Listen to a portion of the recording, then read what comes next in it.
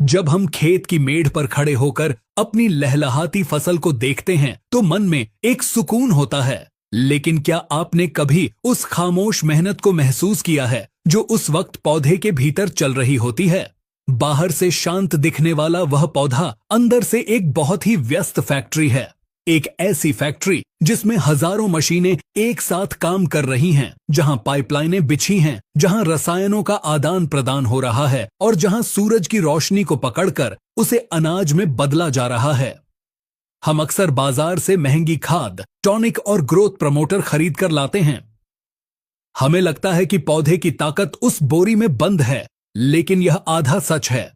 खाद तो सिर्फ एक सहायक है, असली जादूगर तो खुद पौधा है।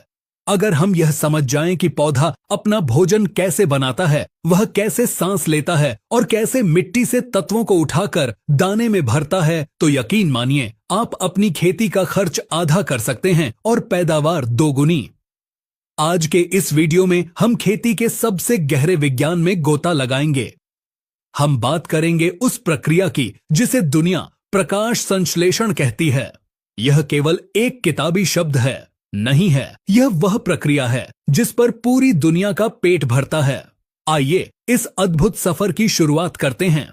आपने अभी तक चैनल को सब्सक्राइब नहीं किया है तो चैनल को सब्सक्राइब करें और वीडियो को लाइक करें। सबसे पहले हमें पौधे के नजरिए से दुनिया को देखना होगा। हम इंसान उपभोक्ताओं की श्रेणी में आते हैं, यानी हम दूसरों का बनाया हुआ भोजन खाते हैं। लेकिन पौधे निर्माता हैं। वे किसी और पर निर्भर नहीं हैं। वे अपना भोजन शून्य से बनाते हैं। उनके पास न तो चलने के लिए पैर हैं और न ही शिकार करने के लिए हाथ, फिर भी वे जिंदा हैं और बढ़ रहे हैं। आखिर कैसे? इस सवाल का जवाब छिपा है पौधे की पत्तियों में। जिसे हम साधारण पत्ता समझते हैं, वह असल में कुदरत का बनाया हुआ सबसे बेहतरीन सोलर पैनल और दुनिया का सबसे एडवांस किचन है। पौधे का पूरा जीवन चक्र इसी किचन में पकने वाले भोजन पर निर्भर करता है। इस पूरी प्रक्रिया को समझने के लिए हमें 4 मुख्य पात्रों को जानना होगा। ये 4 पात्र हैं सूरज की रोशनी, पानी, कार्बन डाइऑक्साइड और क्लोरोफिल। जब ये चारों एक सही अनुपात में मिलते हैं तभी फसल बम्पर होती है। अगर इनमें से एक भी रूठ जाए तो आप चाहे कितना भी डीएपी डाल लें, पैदावार नहीं बढ़ेगी। कहानी की शुरुआत होती है सुबह की पहली किरण के साथ। जैसे ही सूरज निकलता है, पौधे की पत्तियां सक्रिय हो जाती हैं। पत्तियों के अंदर एक हरा पदार्थ होता है जिसे क्लोरोफिल कहते हैं। आपने देखा होगा कि जिस फसल का रंग गहरा हरा होता है वह ज्यादा स्वस्थ होती है। ऐसा क्यों? क्योंकि गहरा हरा रंग इस बात का सबूत है कि उस पौधे में क्लोरोफिल कूट कूट कर भरा है। यह क्लोरोफिल एक एंटीना की तरह काम करता है। इसका काम है सूरज से आने वाली ऊर्जा को पकड़ना। यह सूरज की रोशनी को सोख लेता है और उसे अपने अंदर कैद कर लेता है। बिना क्लोरोफिल के सूरज की रोशनी पौधे के लिए बेकार है। लेकिन सिर्फ ऊर्जा से पेट नहीं भरता, भोजन बनाने के लिए कच्चा माल भी चाहिए। यहां भूमिका आती है जड़ों की। जमीन के नीचे अंधेरे में पौधे की जड़ें एक बहुत बड़े नेटवर्क की तरह फैली होती हैं। इन जड़ों पर बहुत बारीक बाल होते हैं जिन्हें रूट हेयर्स कहते हैं। ये बाल मिट्टी के कणों के बीच छिपे हुए पानी को ढूंढ निकालते हैं। अब सवाल यह आता है कि जमीन के नीचे का पानी 100 फीट ऊपर पेड़ की पत्ती तक कैसे पहुंचता है? यहां कोई बिजली की मोटर नहीं लगी है। यहां काम करता है खिंचाव का सिद्धांत। जब सूरज की गर्मी से पत्तियों से पानी भाप बनकर उड़ता है तो ऊपर एक खाली जगह बनती है। इस खाली जगह को भरने के लिए नीचे से पानी ऊपर खींचता है। इसे आप ऐसे समझ सकते हैं जैसे हम स्ट्रॉ से कोल्ड ड्रिंक पीते हैं। जब हम ऊपर से खींचते हैं तो नीचे का लिक्विड अपने आप ऊपर आता है। पौधे के तने के अंदर बहुत पतली पतली नलियां होती हैं जिन्हें जाइलम कहा जाता है। पानी इन्हीं नलियों से होता हुआ रफ्तार के साथ ऊपर चढ़ता है। और खास बात यह है कि यह पानी अकेला नहीं आता। यह अपने साथ मिट्टी में घुले हुए नाइट्रोजन, पोटाश, सल्फर और जिंक जैसे खनिजों को भी घोलकर ऊपर ले आता है। यानी पानी पौधे का ट्रांसपोर्ट सिस्टम है।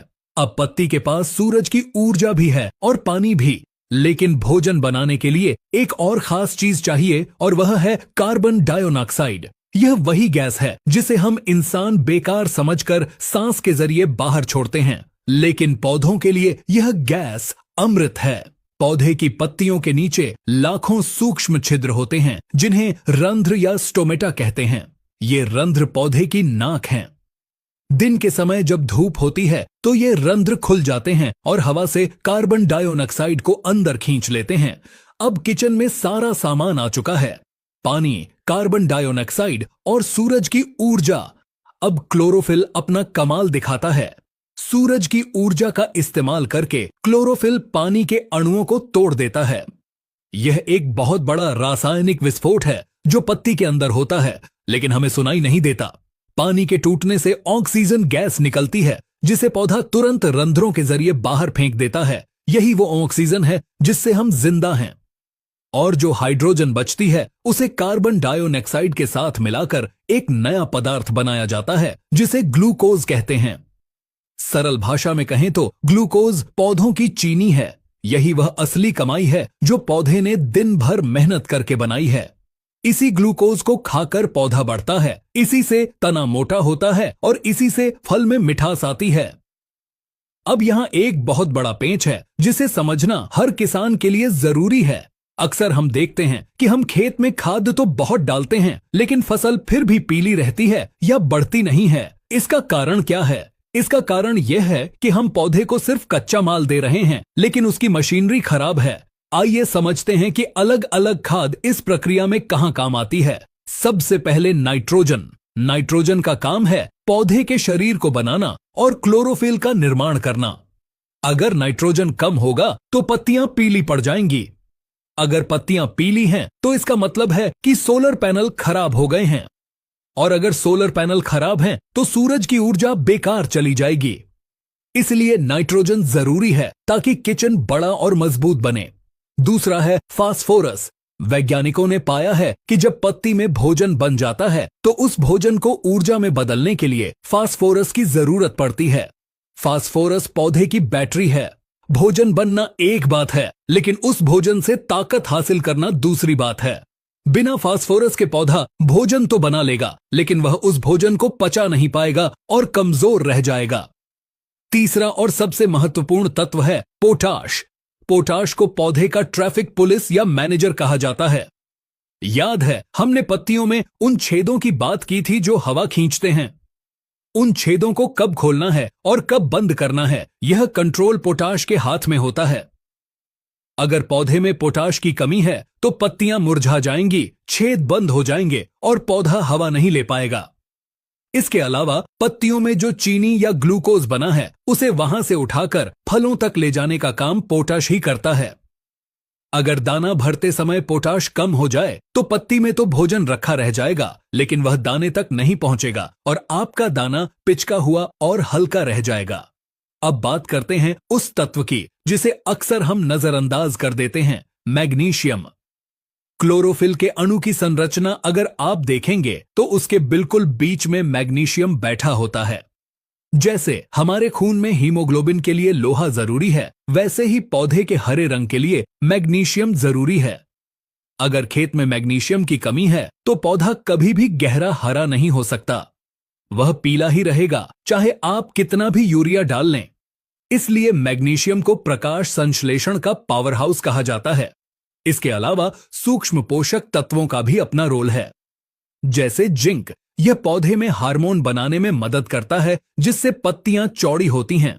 पत्तियां जितनी चौड़ी होंगी किचन उतना बड़ा होगा और उतना ही ज्यादा भोजन बनेगा। लोहा यानी आयरन, यह क्लोरोफिल बनाने में मजदूर की तरह काम करता है। अब एक और गहरे विज्ञान की ओर चलते हैं। क्या पौधे रात में भी खाना बनाते हैं? जवाब है नहीं। भोजन बनाने के लिए सूरज की रोशनी जरूरी है, इसलिए यह काम सिर्फ दिन में होता है। तो फिर रात में पौधा क्या करता है? रात में पौधा वही करता है जो हम करते हैं, आराम और भोजन का सेवन। दिन भर में उसने जो ग्लूकोज बनाया है, रात में वह उसे उपयोग करके अपनी वृद्धि करता है, नई जड़ें निकालता है और फलों को बड़ा करता है। इसे श्वसन या रेस्पिरेशन कहते हैं। यही कारण है कि अगर रात का तापमान बहुत ज्यादा हो तो पौधे की श्वसन दर बढ़ जाती है। वह तेजी से अपना भोजन जलाने लगता है और दाने भरने के लिए कुछ बचता ही नहीं। इसीलिए ठंड के मौसम में गेहूं की पैदावार अच्छी होती है, क्योंकि ठंडी रातों में पौधा अपना भोजन बचाता है और दाने में जमा करता है। खेती में पानी का महत्व भी इसी प्रक्रिया से जुड़ा है। अगर खेत में पानी की कमी हो जाए तो पौधा तनाव में आ जाता है। अपनी जान बचाने के लिए और पानी को भाप बनकर उड़ने से रोकने के लिए पौधा अपने रंध्रों यानी छेदों को बंद कर लेता है। जैसे ही छेद बंद होते हैं, कार्बन डाइऑक्साइड का अंदर आना बंद हो जाता है, और जैसे ही गैस बंद होती है, भोजन बनना बंद हो जाता है। यानी सूखा पड़ने पर पौधा भूखा भी मरता है। इसीलिए सही समय पर सिंचाई करना इतना जरूरी है ताकि फैक्ट्री कभी बंद न हो। एक और समस्या जो अक्सर देखने को मिलती है वह है बादल छाना। जब कई दिनों तक लगातार बादल छाए रहते हैं तो फसल की बढ़त रुक जाती है और फूल झड़ने लगते हैं। अब आप इसका कारण समझ सकते हैं। बादल सूरज की रोशनी को रोक लेते हैं। जब ईंधन ही नहीं मिलेगा तो खाना कैसे पकेगा? ऐसे समय में पौधे के पास जो जमा पूंजी होती है वह उसी से काम चलाता है। अगर यह स्थिति लंबी चले तो पौधा कमजोर होकर अपने फल और फूल गिरा देता है, क्योंकि वह इतने सारे बच्चों का पेट भरने में सक्षम नहीं होता। तो दोस्तों, इस पूरी वैज्ञानिक चर्चा का निचोड़ क्या है? निचोड़ यह है कि हम अपनी फसल को सिर्फ एक वस्तु न समझें, वह एक जीती जागती प्रणाली है। एक किसान के तौर पर हमारा काम सिर्फ खेत में बोरी पलटना नहीं है। हमारा काम है उस माहौल को बनाए रखना जिसमें यह प्रकाश संश्लेषण की प्रक्रिया सबसे तेज गति से हो सके। हमें यह सुनिश्चित करना है कि पत्तियों का आकार बड़ा हो और उनका रंग गहरा हरा हो। इसके लिए संतुलित नाइट्रोजन और मैग्नीशियम दें। हमें यह सुनिश्चित करना है कि जड़ों से पत्तियों तक पानी और कच्चा माल बिना रुकावट के पहुंचे। इसके लिए जमीन में नमी बनाए रखें और फास्फोरस का प्रयोग करें। हमें यह सुनिश्चित करना है कि बना हुआ भोजन दानों तक सही समय पर पहुंचे। इसके लिए गबोट अवस्था में पोटाश और बोरॉन का प्रयोग करें। जब आप अगली बार खेत में जाएं तो किसी बीमारी को ढूंढने से पहले यह देखें कि क्या मेरे पौधे का किचन सही चल रहा है, क्या उसे पूरी धूप मिल रही है, क्या उसकी पत्तियां स्वस्थ हैं। याद रखिए, जिस खेत में प्रकाश संश्लेषण जितना ज्यादा होगा उस खेत का उत्पादन उतना ही रिकॉर्ड तोड़ होगा। मिलती रहे। प्रकृति ने पौधे को भोजन बनाने की कला दी है और हमें दी है उस पौधे की देखभाल करने की जिम्मेदारी। जब विज्ञान और किसान का अनुभव मिल जाता है तो मिट्टी सोना उगलने लगती है। हमें उम्मीद है कि आज की इस विस्तृत जानकारी ने खेती के प्रति आपके नजरिए को बदला होगा। यह विज्ञान अब आपकी मुट्ठी में है। अब आप अंधेरे में तीर नहीं चलाएंगे, बल्कि पूरी समझदारी के साथ अपनी फसल को वह सब देंगे जिसकी उसे असली जरूरत है। किसान भाइयों, टेक्निकल एग्रीकल्चर की टीम दिन रात मेहनत कर रही है ताकि खेती का हर सही और सटीक विज्ञान आप तक पहुंचे। बस एक छोटी सी शिकायत है कि आप वीडियो देखते तो हैं मगर बिना लाइक और सब्सक्राइब किए चले जाते हैं। आपसे निवेदन है कि एक लाइक और प्यारा सा कमेंट जरूर करें, क्योंकि आपका यही सहयोग हमारे लिए टॉनिक का काम करता है और हमें आपके लिए नई नई जानकारी लाने का हौसला देता है। साथ ही अगर आप फेसबुक चलाते हैं तो हमारे पेज को फॉलो करना न भूलें। वहां हम खेती से जुड़े छोटे छोटे अपडेट्स और रील्स शेयर करते रहते हैं ताकि सोशल मीडिया पर भी आपको खेती की नई और सही जानकारी मिलती रहे। धन्यवाद। जय जवान, जय किसान, जय विज्ञान। भारत माता की जय।